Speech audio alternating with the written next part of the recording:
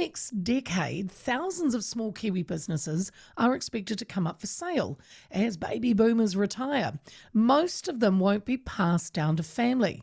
Currently, only about 30% are, meaning there'll be a large number that will enter the open market. One expert says this will create opportunities for younger generations to take ownership of established, profitable businesses rather than starting from scratch.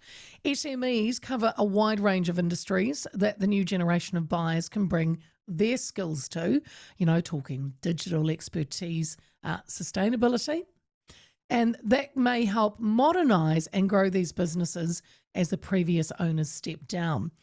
Adrienne Begbie is a managing director at Prospa NZ and says successfully transitioning ownership does require a few steps, but if managed well, this generational handover could strengthen economic resilience and support a new way of entrepreneurship in New Zealand. That's what we need, right? And she joins me now. Adrienne, good afternoon. Good afternoon, Leah. Thank you.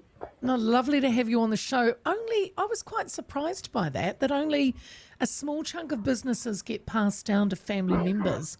I mean, under a third, not quite a third, sorry. Why do you think that is?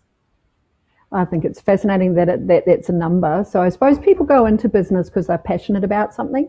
So SMEs, so it is the backbone of our economy. So it is the backbone in New Zealand. 97% of our businesses are small businesses. Yeah. And think about who they are. That's your electrician, it's your plumber, it's your hairdresser.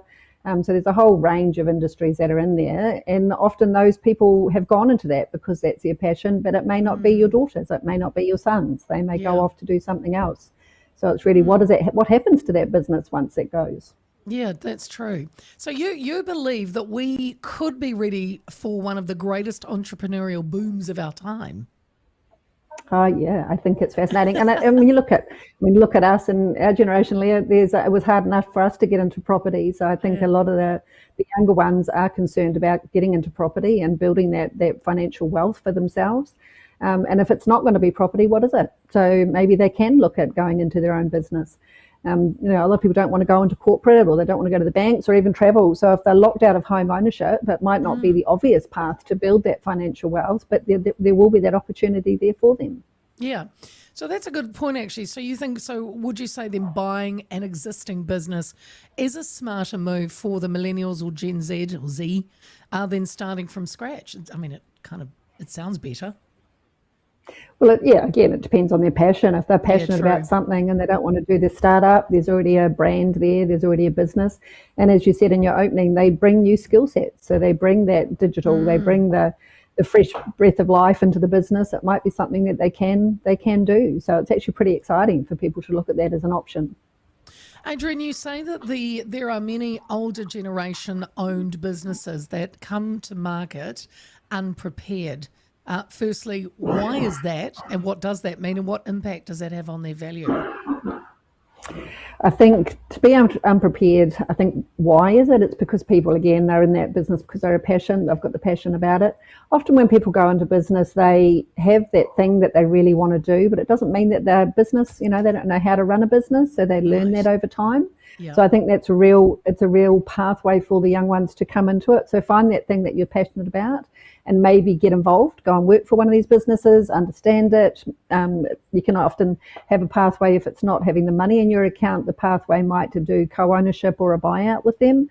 So then you can get access to the accounts and financials to really understand it before you get into it and then come up with your own plan. So why is it that people aren't ready? Who knows, they may not think that it's coming down the pipe, but it is, and that could create an opportunity. So if they're not ready, that could be one of the younger ones to pick up something at a bit of a cheaper price. You mentioned, maybe if it's possible to starting doing a little bit of work in this business, or,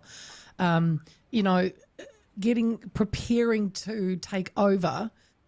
Are there other ways? What are some of the smartest ways if you are preparing to thinking of taking over a business? What else can you do? Well, it's either looking at that industry, but getting a mentor. So getting a mentor, a financial advisor, because there's obviously financials that are going to come with it in some form. So we work very closely with financial advisors in our business, and we're actually seeing a lot of people buying businesses. So at Prospa, that's what we do, is we lend to small businesses, and it's really for cash flow. Use of funds could be for investment, for stock, for marketing. So we have a whole bunch of use of funds, but we are getting more and more people coming in to buy businesses. And one of our top brokers, I met with him the other day, and he said they're so busy with people buying into businesses.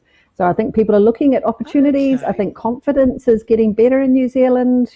Confidence is improving. As the OCR comes down, that puts money back into people's pockets. So there's a whole range of businesses that could create something for them to Adrienne, do. that's good to hear because, it's been doom and gloom for quite some time. And, It has. and we know stories of businesses going under and have done for the last, since COVID. So it is good to hear that we have got people now wanting to buy businesses. So that's great. Yeah. Good to have some positive news.